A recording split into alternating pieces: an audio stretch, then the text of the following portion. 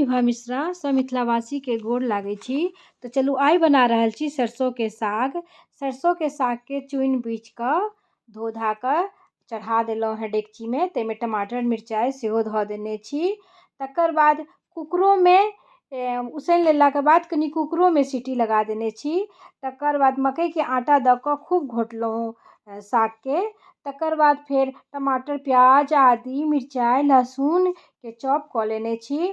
फेर लोहियामे कनि करू तेल धऽ देलहुँ, कनि बटर धऽ देने छी। फेर चॉप कयल टमाटर प्याज आदि सबके खूब लाल कऽ कऽ भुजलहुँ। तकर बाद फेर सागके ओहिमे धऽ देलहुँ आ सागके खूब चलेलहुँ, खूब मिलेलहुँ। जतेक मिलेबै ने सागके जतेक घोटबै ततेक ई सरसोके साग बड़ सुन्दर बनै छै। तकर बाद हम मकइके रोटियो बनेलहुँ हेँ बच्चाके डिमांडपर।